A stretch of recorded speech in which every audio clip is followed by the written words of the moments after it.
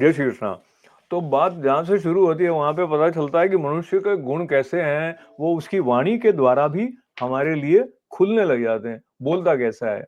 तो गुण जो हैं वो महत्वपूर्ण अंग हमारे व्यवहार का बने हुए हैं ही हैं और उसमें कभी-कभी ऐसा होता है कुछ लोगों को बहुत जल्दी क्रोध आ जाता है।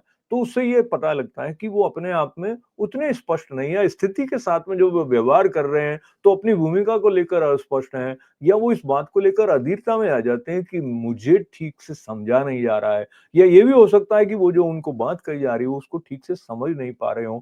तो स्वामी जी का ये कहना था कि जब क्रोध आ रहा हो तो हमें अपने को ठीक सिद्ध करने का प्रयास नहीं करके खुद को ठीक करने का प्रयास करना चाहिए। तो इसके लिए साक्षी भाव की ज़रूरत है।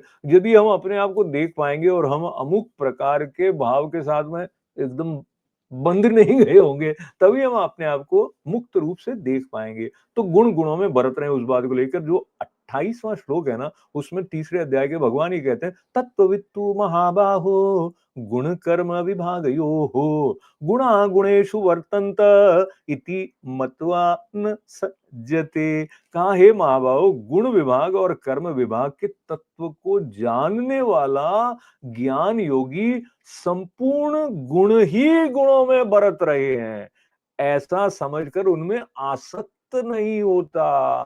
जब आसक्त नहीं होता तो इसका मतलब है कि वो मुक्त रह पाता है। जो मुक्त रह पाता है वही दृष्टा भाव को ठीक तरह से अपने आचरण में ले पाता है या ये दोनों एक दूसरे के पूरक हैं, कहीं ना कहीं ऐसा कहा जा सकता है।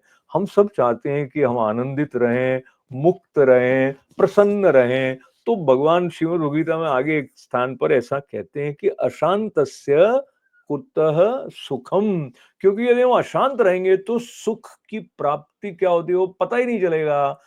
तो शांत रहने के लिए गुणों का जो कार्यक्रम हमारे द्वारा व्यक्त हो रहा है उसको समझ आएंगे तो उससे अलग रह के जो हमारा सही स्वरूप है वो किसी गुण के द्वारा सीमित रूप से बंधा हुआ हो नहीं सकता है। ये बात हमारे प्रति खुल जाएगी और फिर तो जो कहते हैं ना कि वल्ले वल्ले तो ठीक है। बहुत धन्यवाद। मंगल कामनाओं के साथ आभार है। जय श्री कृष्ण।